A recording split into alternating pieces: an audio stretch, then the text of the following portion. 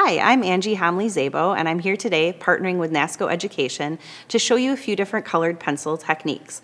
I'll be using their new colored pencils, which are a really low price point for teachers and students to work with, but still have the quality to do a lot of different really fun things.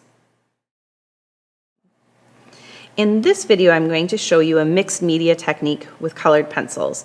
We're going to use watercolor as a base layer and then go on top of that with colored pencil.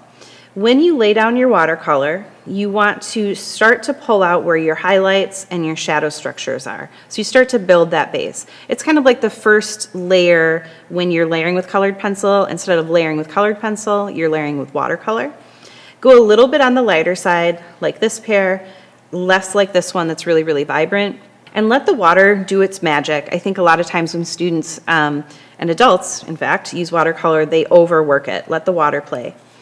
Once you've laid down your watercolor, you are going to come in and let it dry completely. You don't want any moisture in the page. You're going to start pilling up your paper.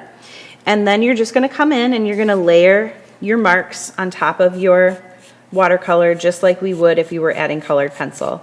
I'm not going to take this drawing to completion, but you can start to see how those marks build up on the page. You can add as much colored pencil on top of that watercolor as you'd like. On my sample here, I've almost covered up the watercolor underneath.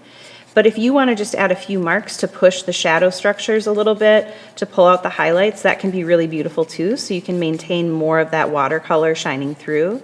You can play with any mark that you would like. You can start to use white on the surface. Sometimes that'll show up depending on how dark your colored pencil is. And just really kind of play with what you've got underneath. Over here you can see that I experimented a little bit. What I was trying was, I was trying to see what happens with the colored pencil underneath watercolor. What I discovered is if you push really hard with the white, and then you come back in on top of that with the watercolor, it creates a little bit of a resist. You just have to have a darker watercolor or a more pure hue in order to see that. And it's subtle and you see it more as it dries. So I don't know if you'll see too much of this here, but you can kind of see that line through the blue paint. Up here, you can't see it on this side. There were marks there, but the paint's just too light for it to pop through. But that's another technique that you could use with the watercolor, is to treat it a little bit like a resist.